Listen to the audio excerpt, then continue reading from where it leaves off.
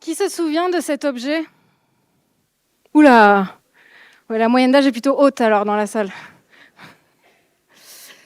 Et oui, c'est bien une VHS, une cassette. Perso, je ne vais pas donner mon âge, mais moi j'ai galéré à la trouver au fin fond du garage de mes parents. Un jour, j'ai travaillé pour une entreprise qui s'est retrouvée bloquée à cause de ce même objet. Je m'appelle Zoé Guiraudon et au cours des 10 dernières années, j'ai eu l'occasion de travailler sur les sujets de transformation et de changement pour des entreprises aussi bien basées en Europe qu'en Asie-Pacifique ou en Amérique du Nord. Et elle travaillait sur des secteurs très variés, comme l'audiovisuel, l'immobilier, la finance et bien d'autres.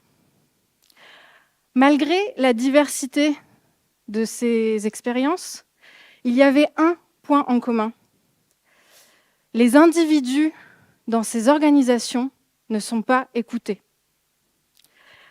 Cette cassette, elle représente tous les obstacles absurdes que les individus rencontrent lorsqu'ils essayent d'améliorer une situation ou même innover. Il y a quelques années, lors d'une mission de transformation digitale pour une grande chaîne de télé britannique, nous avons fait une série de recherches au sein de leurs équipes.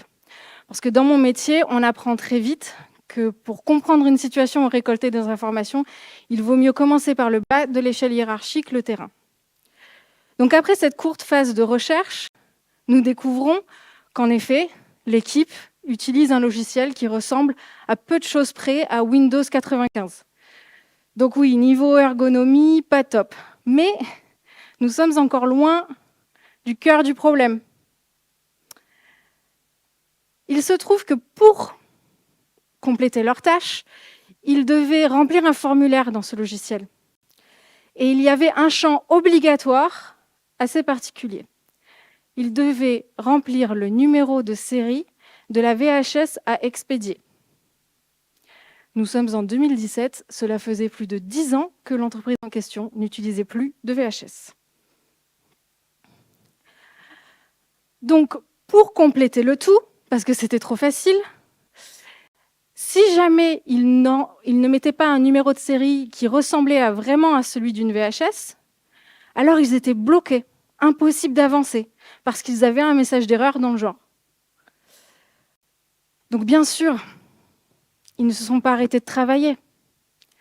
L'un d'entre eux, autoproclamé pro d'Excel, avait créé un fichier Excel qui, grâce à une formule, générait plusieurs numéros de série régulièrement pour que l'équipe puisse se les partager et avancer dans leur travail. C'était du bricolage, mais ça fonctionnait. Bien entendu, ils avaient rapporté le problème à la direction et à leur management plus d'une fois, mais sans jamais aucun retour. Cette équipe, elle a été absolument instrumentale dans le succès global de la transformation digitale. Parce qu'ils n'attendaient qu'une chose, c'est qu'on les implique. Combien de fois est-ce que le progrès a été stoppé pour des règles hiérarchiques absurdes ou une vision de l'innovation qui voudrait qu'elle ne vienne que d'une élite sachante? Il y a dans les organisations énormément d'individus qui regorgent d'idées et de ressources pour améliorer les process ou même créer des produits révolutionnaires. Et ça a toujours été le cas. L'invention de cet homme a provoqué la faillite de l'entreprise pour laquelle il travaillait. C'est Steven Sayson, et il a inventé l'appareil photo numérique en 1975 chez Kodak. Kodak, malheureusement, n'a pas vu l'intérêt stratégique de son invention et donc a ignoré complètement son potentiel. En 2012, ils feront faillite, dépassés par les changements du marché. L'appareil photo numérique, lui, comme vous le savez, a été largement démocratisé dans les années 90-2000 et aujourd'hui est toujours avec nous partout où nous allons. Il est même dans nos téléphones maintenant. Kodak aurait pu avoir 15 ans d'avance sur le marché si seulement ils avaient eu foi dans l'intuition et l'invention de leur ingénieur. Donc je vous repose la question, combien de fois est-ce que le progrès a été stoppé à cause de ces règles hiérarchiques absurdes et cette vision étroite de l'innovation? La bonne nouvelle, c'est que nous changeons de paradigme. La norme des entreprises et en général des environnements de travail évolue, change. Aujourd'hui, dans le monde dans lequel nous vivons, entre l'évolution rapide des technologies et la quête de sens au travail, il est indispensable de créer des environnements propices à l'innovation et au développement des individus. Donc que chacun puisse librement penser, expérimenter, collaborer et tout simplement être eux-mêmes. Pour atteindre ces objectifs, il y a 2 leviers principaux. La culture d'une entreprise et sa structure. Commençons par la culture. Elle est le socle sur lequel tout repose. Elle-même s'appuie sur 3 grands points. La raison d'être, qui est le pourquoi nous faisons ce que nous faisons. Elle sera la boussole qui va guider chacune de nos décisions. Elle est étayée par les valeurs. Donc, ces valeurs, c'est ce qui anime une entreprise. Elle devient un peu sa personnalité. Pour vous donner un exemple, la confiance est une valeur indispensable à l'innovation. La confiance, c'est partir du principe que tout individu, donc nous tous, est capable de réflexion, de prise de décision et d'apprendre de ses erreurs. Enfin, une culture dans un PowerPoint obscur réservé à la direction, on la connaît tous, celle-là, elle ne sert à rien. Une culture, elle est forte que si elle est partagée. Et elle doit être partagée par des leaders, non pas définis par la hiérarchie, mais définis par leur capacité à inspirer et fédérer autour d'eux. Et surtout, autour d'un objectif commun. Ces leaders, ce sont les catalyseurs de la culture. Ils libèrent le potentiel de chacun et les encouragent à diffuser ces valeurs de l'innovation. Vient ensuite la structure. Si vous retenez qu'une seule chose pour la structure, c'est que sa fonctionnalité première, c'est la transparence. Donc, par exemple, lorsque l'on définit la stratégie d'une entreprise,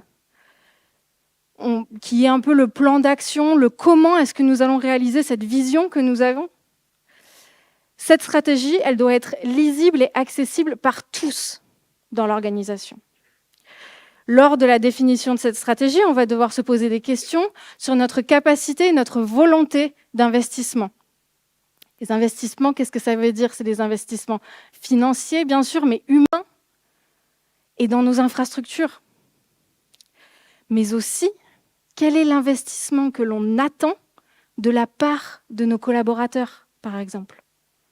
Si on revient à la chaîne de télé, ils avaient au final investi dans leurs infrastructures en investissant dans une transformation digitale. Cette transformation digitale, elle leur a fait se rendre compte qu'ils devaient investir dans l'humain afin de favoriser l'implication de leurs collaborateurs dans l'avenir de l'entreprise. Puis, on ne peut pas parler de structure sans parler de méthode et process. Alors, il y a des multiples courants de pensée, théories et schémas quant à des process favorisant l'innovation. Aujourd'hui, retenez seulement que la structure, elle doit favoriser la créativité sans créer de paralysie. Elle doit faciliter et pas alourdir. Elle doit récompenser la prise d'initiative et la collaboration indépendamment du résultat. Et elle doit créer des opportunités en interne pour célébrer les succès et collectivement apprendre des erreurs. Alors les organisations vont pouvoir jouer de l'équilibre entre ces 2 leviers pour trouver la parfaite culture, parfaite structure pour eux, qui sera enrichie de tous les individus qui les composent. Aujourd'hui, même imparfait, il existe des exemples d'organisations qui utilisent ces principes pour créer de nouveaux modèles. Cette phrase a été prononcée par le PDG actuel d'une entreprise qu'on aurait pu qualifier de grand méchant du capitalisme. Ils ont compris le pouvoir extraordinaire de la culture d'entreprise. Comment est-ce qu'une entreprise de pétrochimie mexicaine est devenue un modèle, une organisation modèle dans ses efforts pour être vertueuse? C'est l'histoire de Mexichem, aujourd'hui Orbia. En 2018, Daniel Martinez-Valle devient le nouveau CEO de Mexichem. Il lance alors plusieurs initiatives dans le but de mobiliser les talents internes dans une transformation qu'il définit comme transformation d'entreprise axée sur l'humain. Une de ces initiatives était un laboratoire d'innovation qui permettait aux collaborateurs de travailler avec des chercheurs et designers de renom sur des projets à impact mondial comme l'amélioration de l'accès à l'eau. En 2019, un an après, Mexichem devient officiellement Orbia et ils partagent avec le monde entier leur nouvelle marque, raison d'être, leurs valeurs, leur stratégie. Aujourd'hui, les valeurs d'Orbia, elles sont clairement lisibles en interne et en externe. C'est-à-dire qu'ils demandent au monde de les tenir responsables de leurs engagements. Ils vont jusqu'à publier leurs indicateurs d'impact sur leur site pour que tout le monde puisse voir où ils en sont de ce qu'ils ont décidé de faire pour améliorer le monde. Et ils demandent à leurs collaborateurs de continuer à les challenger pour innover et renouveler leur secteur. Un changement culturel peut déplacer des montagnes. Alors Orbia fait toujours du plastique. Mais aujourd'hui, ils recherchent des solutions d'économie circulaire et de nouvelles applications de leur technologie afin de correspondre de plus en plus à leur raison d'être, faire avancer la vie dans le monde. Bon, certains d'entre vous resteront sceptiques quant aux intentions d'une multinationale. Ce n'est pas grave, car au-delà des grands groupes, il y a des individus qui, à force de voir que rien ne bouge, ont décidé de prendre les choses en main et de créer de nouveaux modèles. C'est le cas de Joost de Blok avec Buurtzorg. Dans les années 90, le gouvernement néerlandais était inquiet de voir l'inefficacité croissante du système de santé et les dépenses qui ne cessaient d'augmenter. Ils ont alors lancé plusieurs initiatives pour augmenter l'efficacité et la productivité de ce système. Joost de Blok, alors, quitte son poste d'infirmier, frustré par un système de santé qui, de plus en plus, déshumanise les patients et les infirmiers sous couvert de productivité. Mais il ne s'arrête pas là. En 2006, avec sa femme et 2 autres infirmiers, il lance l'entreprise sociale Buurtzorg, qui signifie littéralement soins de quartier. Leur modèle repose sur des équipes autonomes, et réellement autonomes, de 10 à 12 infirmiers et infirmières qui agissent dans un secteur et délivrent dans leur secteur des soins médicaux et des soins de soutien à domicile.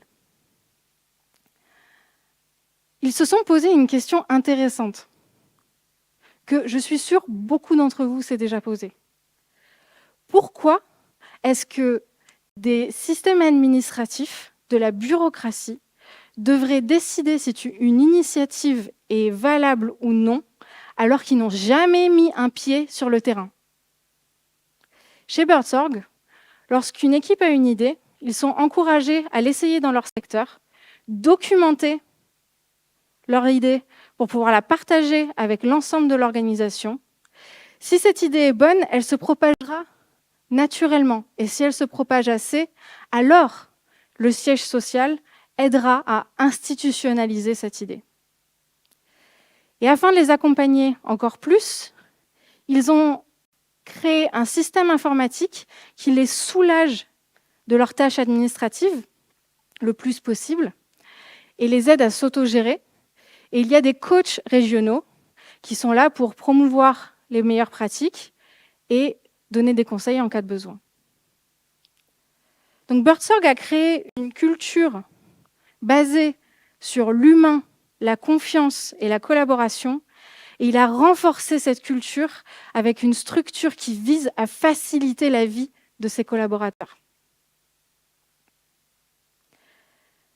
L'innovation, ce n'est pas seulement l'intelligence artificielle, la conquête spatiale ou la chirurgie à distance. L'innovation, c'est aussi et surtout l'ingéniosité humaine face à un problème, un obstacle, un besoin.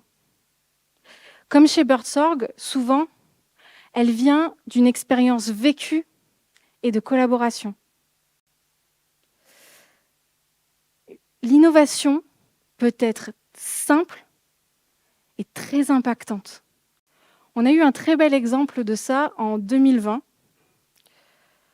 Lors de la crise Covid, dès le début, l'Italie a été très sévèrement touchée. Ces deux hommes ont alors collaboré pour créer le masque respirateur que nous connaissons tous. Face à la pénurie d'équipements, ils ont pris le masque de plongée Decathlon et avec la technologie d'impression 3D, l'ont adapté pour l'utilisation en hôpital. Leur prototype a sauvé des milliers de vies. Vous voyez où je veux en venir ? Si, face à un challenge, l'humain trouvera toujours une solution. Que ce soit pour améliorer un process d'envoi de fichiers, pour aider une équipe en souffrance, utiliser la technologie d'une industrie polluante pour impacter le monde de façon positive, pour remettre l'humain au centre d'un système de santé, ou rapidement trouver une solution pour sauver des milliers de vies dans un contexte d'urgence sans précédent, l'humain trouvera toujours une solution. Plus que jamais, nous devons nous appuyer sur ces qualités fondamentalement humaines que sont l'ingéniosité, l'empathie, l'adaptabilité et la capacité à collaborer. Parce que notre monde change. Il est un peu plus bouleversé chaque jour. Et quoi de mieux que de se rappeler qui nous sommes et ce qui fait de nous des humains, quoi de mieux que d'utiliser notre profonde humanité au service d'une innovation dédiée à façonner le monde de demain. Le mot innovation vient de la racine latine innovatio, qui signifie renouvellement. L'innovation, elle vient des hommes et des femmes qui rêvent et expérimentent. Nous sommes tous capables d'y participer. Alors, pour aller plus vite et plus loin, nous avons créé des organisations qui nous permettent de catalyser ces énergies créatives pour créer du progrès.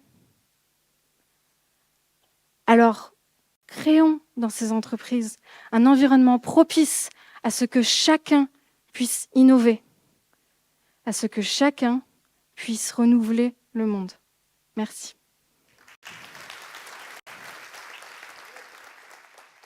Mesdames et messieurs, Zoé Guiraudon.